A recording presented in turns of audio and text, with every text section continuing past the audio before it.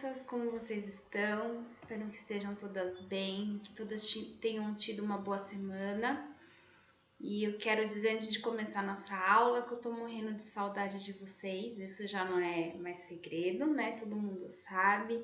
Também tô morrendo de saudade das nossas bagunças na sala, das nossas brincadeiras, leitura bíblica, momentos de oração, da bagunça que vocês faziam, quase me deixava doida, mas tô com muita saudade disso tudo, amo muito vocês e ansiosa para que em breve a gente possa voltar a ter nossas aulas, quem sabe.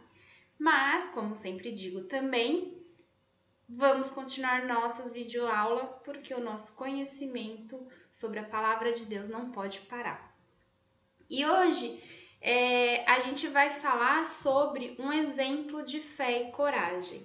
Uma mulher que teve muita fé e coragem e que nos inspira, né? E só que antes da gente entrar nessa história, a gente vai falar algumas coisas, alguns conceitos importantes que a gente precisa ter claro antes de começar a nossa história. Por quê?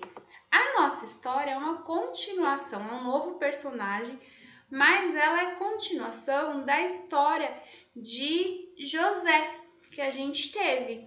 Então, eu espero que vocês tenham gostado da história de José, tenham aprendido, não tenham ficado com nenhuma dúvida, porque é muito importante essa história de José para a história nova, o nosso novo personagem, que a gente vai aprender nessa nova série de estudos, tá?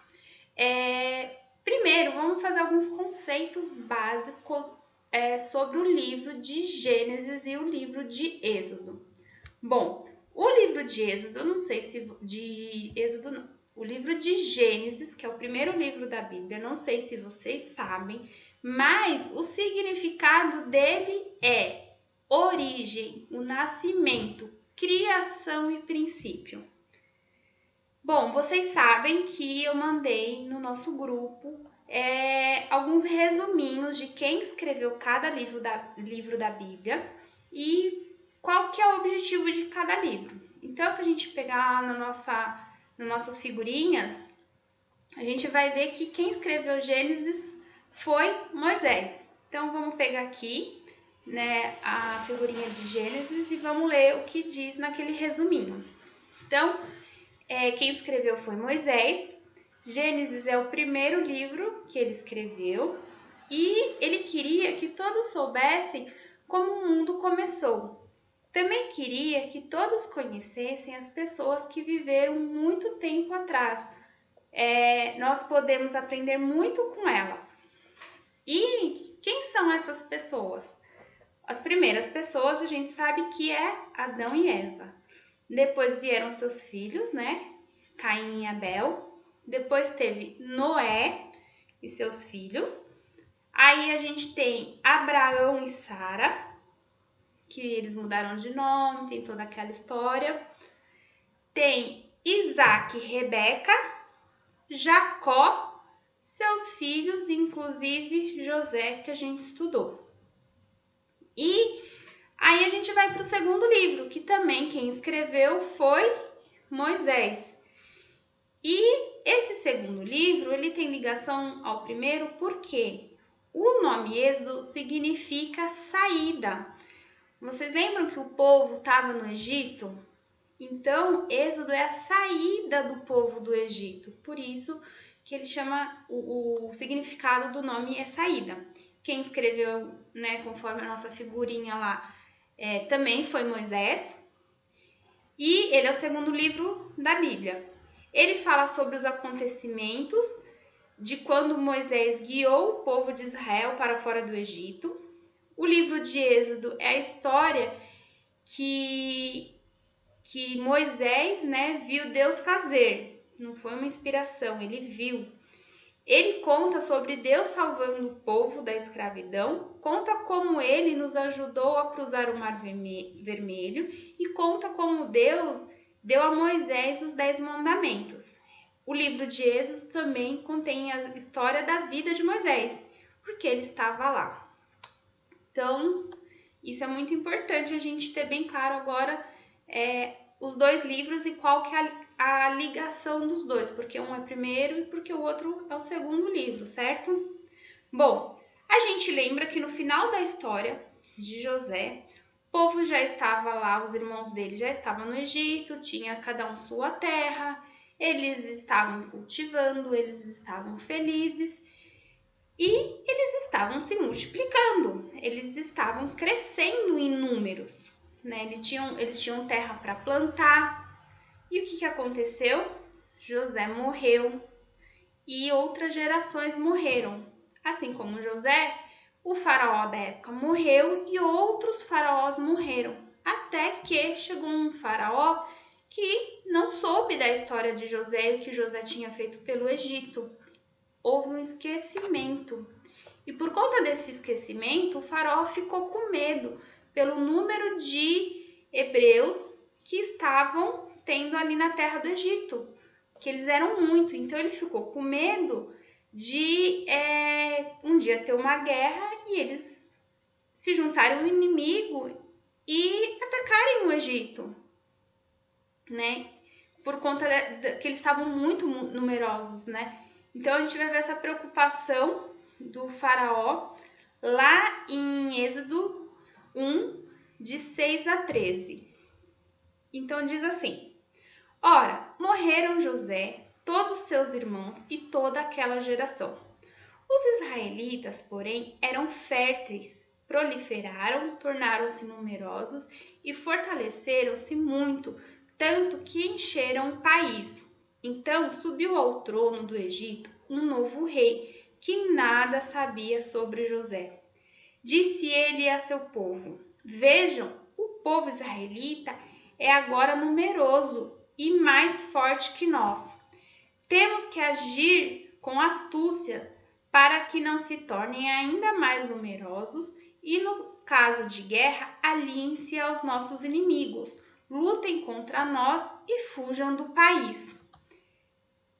Estabeleceram, pois, sobre eles chefes de trabalho forçados para os oprimir com tarefas pesadas.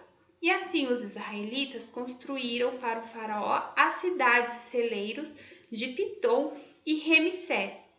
Todavia, quanto mais eram oprimidos, mais numerosos se tornavam e mais se espalhavam. Por isso os egípcios passaram a temer os israelitas e os sujeitaram à cruel escravidão.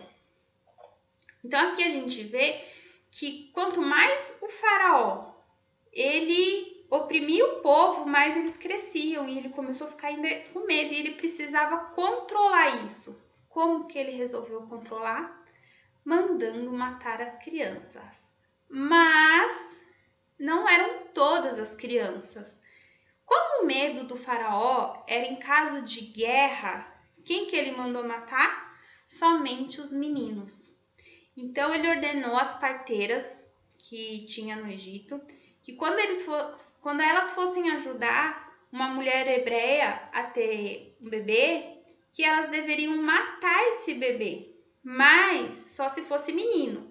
As meninas, como não podem ir para a guerra, né, elas não iam para a guerra, então não precisava matar, somente as meninas poderiam viver, né? E isso a gente pode lembrar de uma coisa, fazer um paralelo no seguinte, que lá em Salmo 51:5, a Bíblia nos diz que somos escravos do pecado.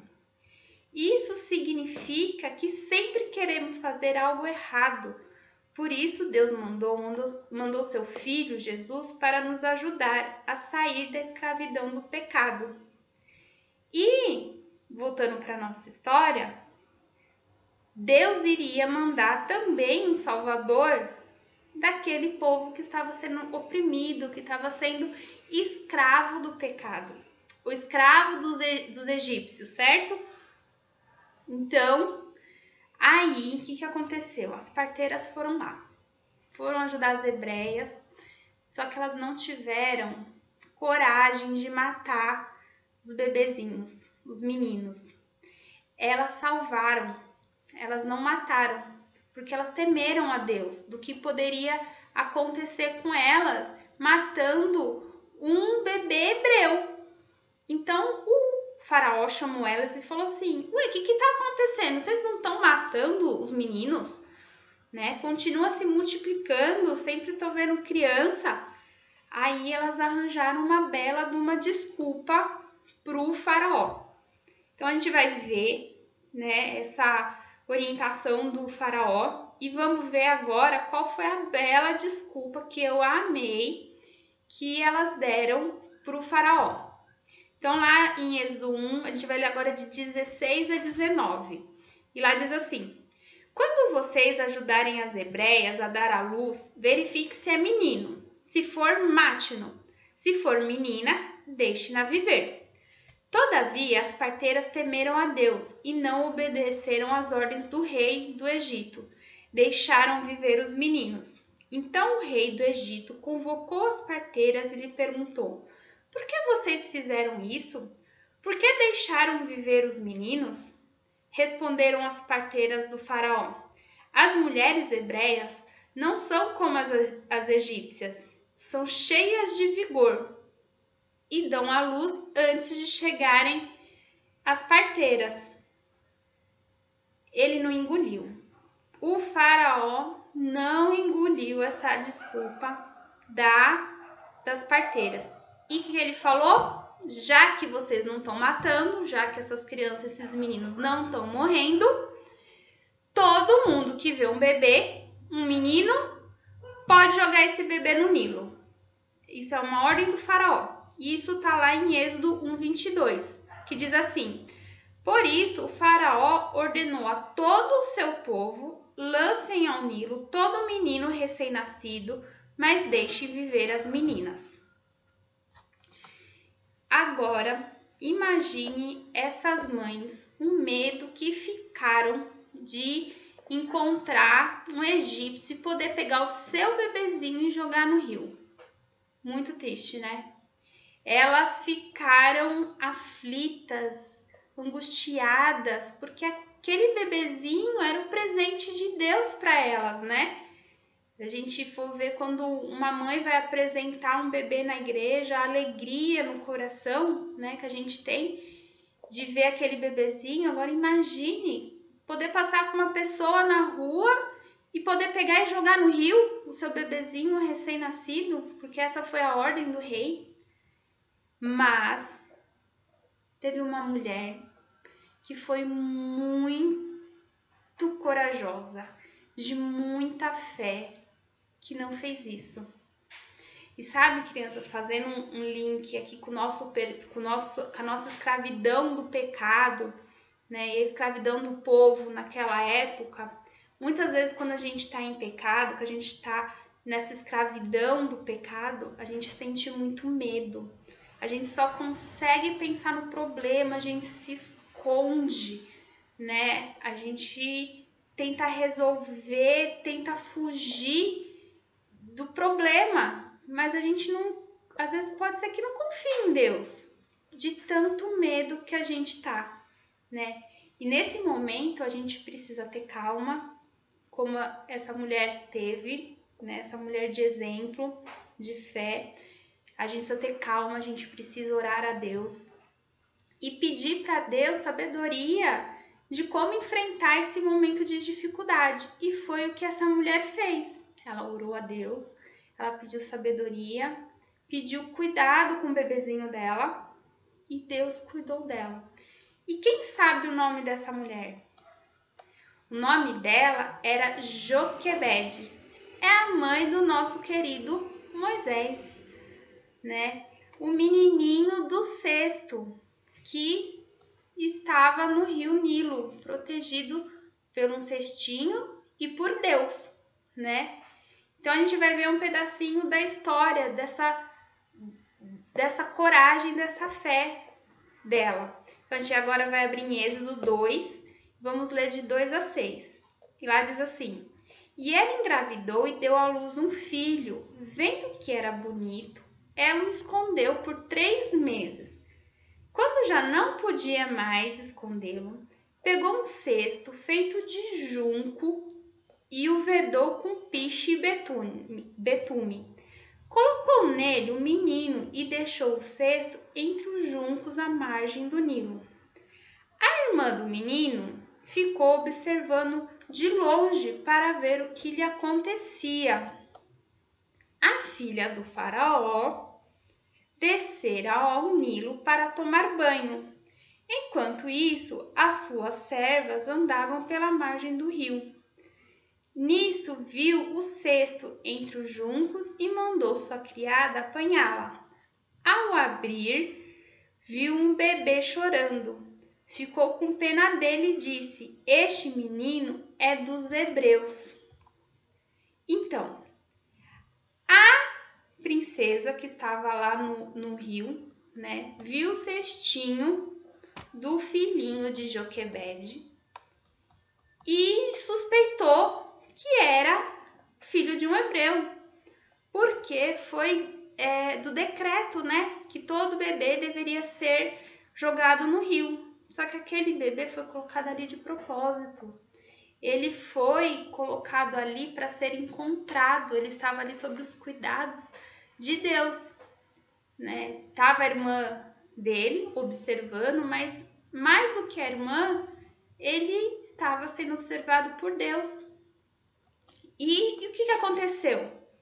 O bebê chorou, né? Imagine a situação, um novo rosto, aquele monte de gente, e o bebê começou a chorar. E aí quem apareceu? A irmã, dando uma ajuda para a princesa. E daí a gente vai ver agora o que aconteceu com aquele bebezinho do cesto. Então lá em Êxodo 2, a gente vai ler de 7 a 10. Lá diz assim: Então a irmã do menino aproximou-se e perguntou à filha do faraó: A senhora quer que eu vá chamar uma mulher dos hebreus para amamentar e criar o menino? Quero, respondeu ela. E a moça foi chamar a mãe do menino. Então a filha do faraó disse à mulher: Leve este menino e amamente-o para mim, e eu lhe pagarei por isso. A mulher levou o menino e o amamentou. Tendo o menino crescido, ela o levou à filha do faraó, que o adotou e lhe deu o nome de Moisés, dizendo: Porque eu tirei das águas. Então, aqui a gente pode ver nessa parte, né, que a fé, a calma e a coragem da mãe de Moisés, né, que Joquebede, ela ainda teve o privilégio de poder cuidar do próprio filho, né? A princesa achou o bebê e ainda, além de pagar, pediu para cuidar do bebê para ela. E quando ele fosse maior, ele voltaria para o palácio para ser educado, para crescer lá, junto com a princesa. E foi o que aconteceu. Imagine a alegria da mãe de saber que o seu filho estaria crescendo ao lado dela, né? E que ele estaria sendo protegido pela princesa. Porque mesmo que ele fosse recém-nascido e tivesse as ordens do rei de ser jogado ao Nilo, ele estava sendo protegido pela princesa, que pediu para cuidar. Né? Que alegria maior para uma mãe. E aí, vamos entender agora que a nossa história para por aqui, que a nossa história era sobre essa mulher maravilhosa que teve muita fé e coragem de colocar o seu bebezinho no rio, que teve essa coragem maravilhosa de confiar principalmente em Deus, né, de cuidar do bebezinho, de esconder e que ele cuidaria e cuidou e ela pôde também cuidar. E agora a gente vai recapitular a ligação de Moisés, de Jacó e como tudo é ligado, né? Toda essa descendência. Porque se vocês lembrarem, vocês já devem conhecer a história de Moisés, lá no finalzinho, quando eles conseguem sair do Egito, ele tem um propósito, esse bebê, que é de tirar o povo do Egito, certo? Para uma terra prometida. E essa terra prometida não foi para ele, não foi para o pai dele, foi para o ancestral dele. né? Que foi Abraão. Então vamos ver aqui na nossa genealogia. Então Moisés, que era filho de Arão, certo? E que era filho de Coate, que era filho de Levi. Levi era filho de Jacó, ou seja, ele era irmão de José. Se vocês lembrarem da história de José, Levi foi o que deu a ideia de vender o irmão, não de matar, de vender, né? Então a gente tem o pai de Levi, que era Jacó. Aí a gente vem para Rebeca, Isaac, Sara e Abraão. Vocês conseguem ver que toda essa história, todo o plano perfeito de Deus, o cuidado, quando a gente confia em Deus, todo esse povo, né? Essa família, desde Abraão e Sara até agora Moisés, todos confiaram em Deus, todos tiveram fé, né? Então, aqui a gente pegou o exemplo de Joquebede, que foi uma mulher que teve muita coragem, teve muita fé, num momento de muita preocupação. Então, trazendo para a nossa vida esse exemplo dela, né, quando a gente tiver nosso momento de aflição devido à escravidão do pecado, porque somos pecadores, a gente precisa ter fé, a gente precisa confiar em Deus, que o melhor será feito, tá? Então, agora, queria orar, né, que vai começar um novo estudo e que Deus abençoasse a gente nesse novo estudo. Então, vamos fechar nossos olhos para a gente orar. Senhor, meu Deus e meu Pai, obrigado, Senhor, por esse dia que o Senhor nos deu. Que o Senhor abençoe cada lar, ó Pai. Obrigado por mais um estudo que se inicia, ó Pai, sobre a história de Moisés, que o Senhor cuidou dele e do povo dele, ó Pai. E por isso eu venho lhe pedir que o Senhor cuide de nós, do seu povo, nesse momento que temos passado no mundo, ó Pai. Que o Senhor nos ajude, ó Pai, nos dê fé, nos dê confiança, ó Pai, para cada dia estarmos mais perto de Ti e aprendermos mais de Ti, ó Pai. Que possamos reconhecer o Seu Filho como nosso Senhor e Salvador dessa escravidão, ó Pai, e que possamos a cada dia estar mais perto de Ti. Agradeço por tudo, em nome de Jesus. Amém. Então é isso, crianças. Domingo que vem tem mais sobre a história de Moisés. Não percam, porque também é uma história muito boa, que eu amo. Fiquem com Deus. Tenham um bom domingo, um bom almoço. Tchau!